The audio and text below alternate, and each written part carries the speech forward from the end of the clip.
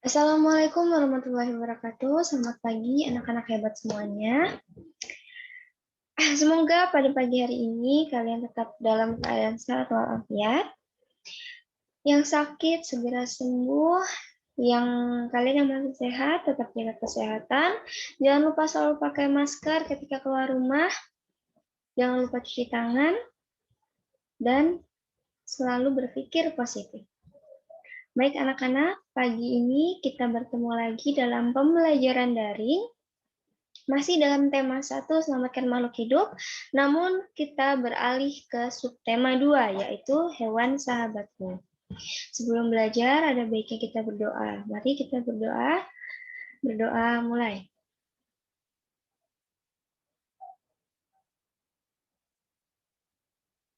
Oke, selesai?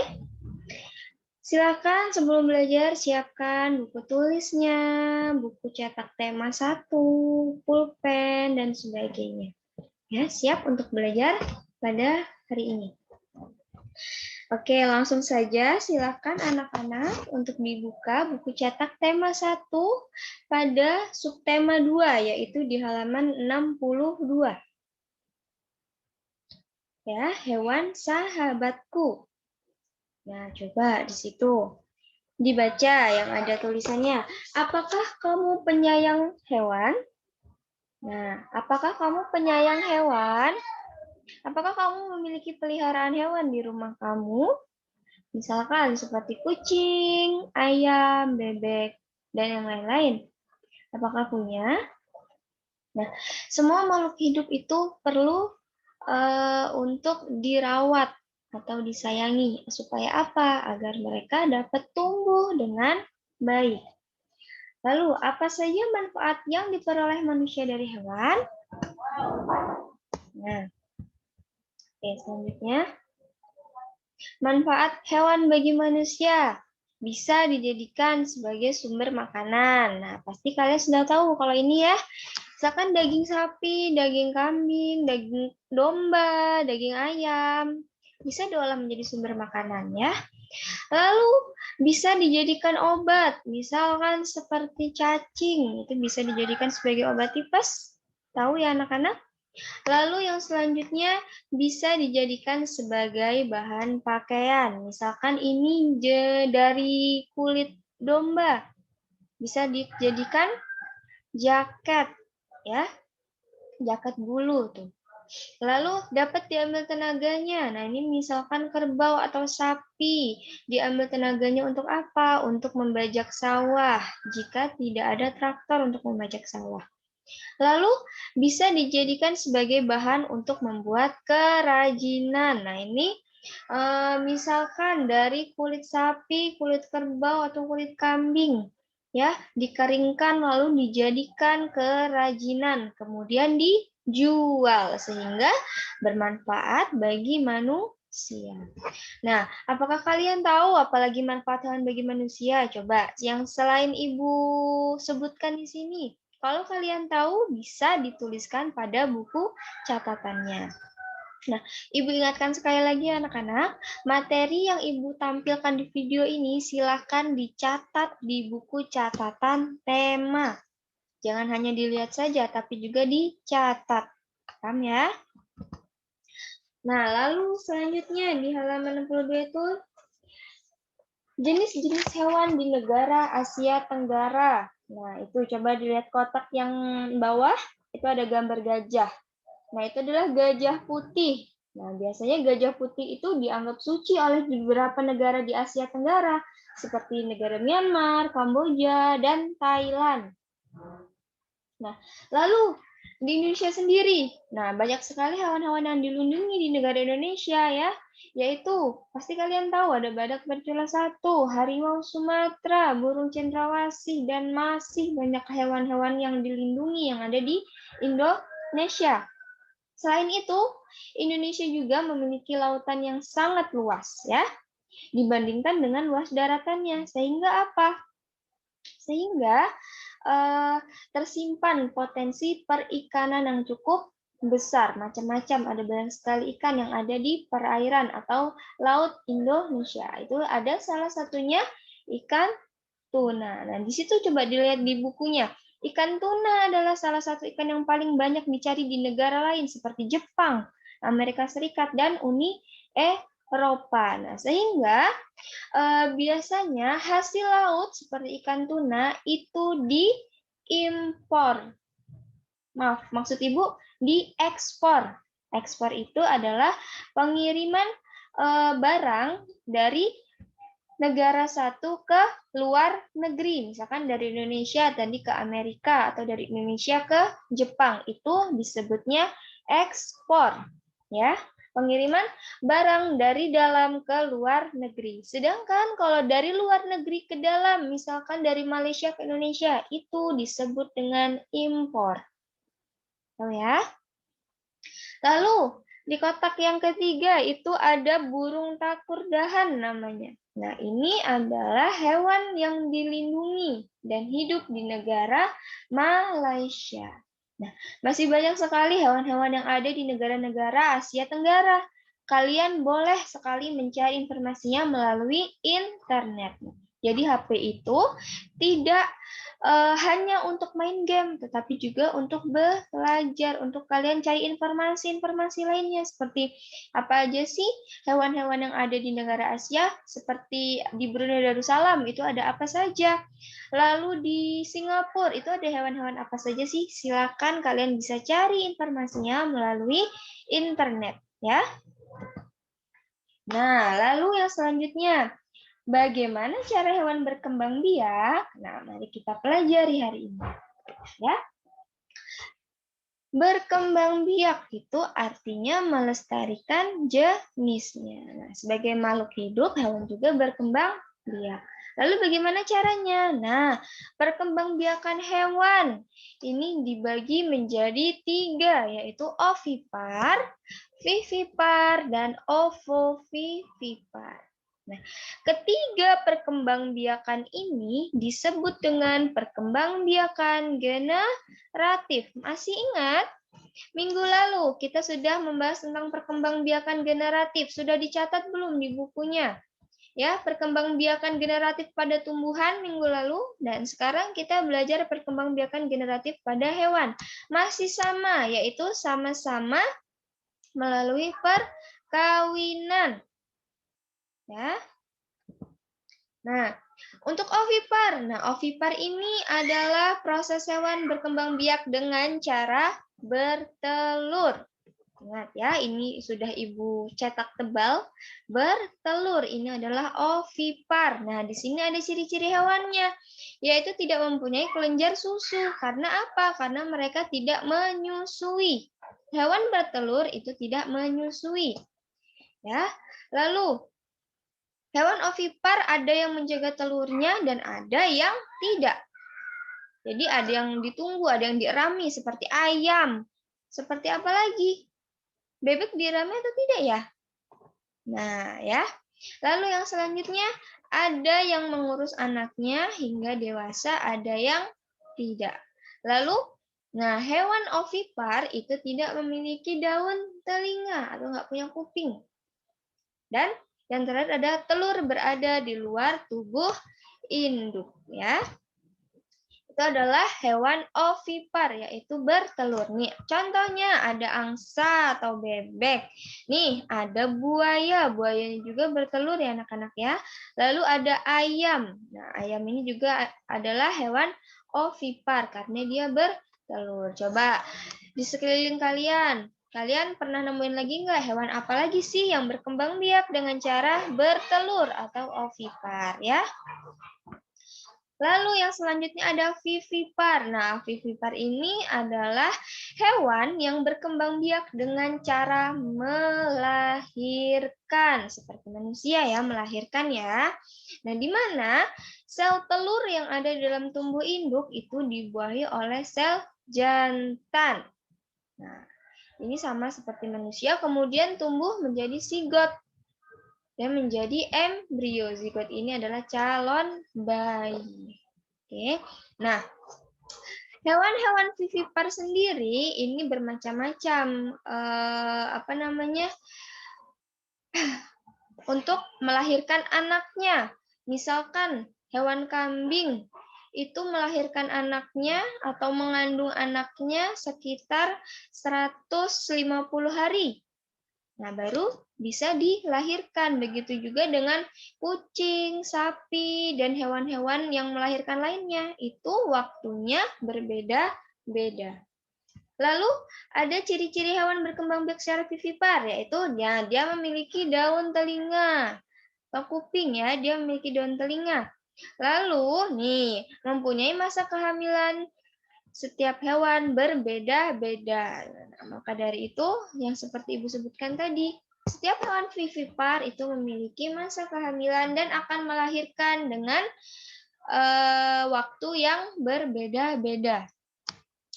Nah, lalu hewan vivipar akan melahirkan ketika masa kehamilannya sudah selesai. Dan hewan vivipar ini memiliki kelenjar susu untuk menyusui. Itu adalah hewan vivipar. Pasti kalian tahu ya, contohnya banyak sekali. Ada sapi, ada domba, ada kambing, ada kucing. Nah, coba diingat-ingat, ada apa lagi yang termasuk hewan vivipar? Selanjutnya ada ovovivipar. Ingat, ovovivipar. Nah, ini adalah gabungan dari ovipar dan vivipar, yaitu hewan yang berkembang biak dengan cara bertelur dan melahirkan sekaligus. Kok bisa ya hewan bertelur dan melahirkan sekaligus? Nah, di sini ada penjelasannya nih. Ovipar adalah hewan-hewan yang berkembang biak dengan cara bertelur di dalam tubuh dan menetas di dalam tubuh, kemudian mengeluarkan individu baru dengan cara melahirkan. Jadi hewan tersebut berteluran dalam tubuh dia, dalam perutnya. Lalu setelah menetas, baru dia melahirkan anaknya. Jadi dia tidak mengeluarkan telur seperti hewan yang berkembang biak dengan ovipar, tetapi telur tersebut berada di dalam tubuh hewan dan menetasnya juga di dalam tubuh hewan. Dikeluarkannya dengan cara dilahirkan. Maka dari itu disebut hewan ovovivipar. Nah, memang hewan ovovivipar ini termasuk hewan yang unik karena dapat berkembang biak dengan dua cara sekaligus. Ya. Nah, di sini ada nih ciri khusus hewan ovovivipar ya, bisa kalian baca dan kalian tulis di buku kalian. Oke. Nah, selanjutnya tadi ovovivipar itu merupakan hewan perkembangbiakan dengan cara generatif, yaitu dengan melalui perkawinan. Nah, hewan juga bisa berkembang biak dengan cara vegetatif seperti tumbuhan. Nah, dilakukannya dengan dua cara, yaitu ada bertunas dan fragmentasi. Nah, bertunas ini contohnya ada hydra. Nah, hydra ini seperti gambar yang ada di samping ini, Nak. Yang Ibu beri gambar di samping ini. Nah, ini 1, 2, 3, 4. Nah, di sini ini adalah proses dia berkembang biak. Yaitu pada saat hydra ini tumbuhan laut ya. Ini batangnya atau badannya sudah membesar, maka di sini ada cabangnya nih. Cabangnya dia akan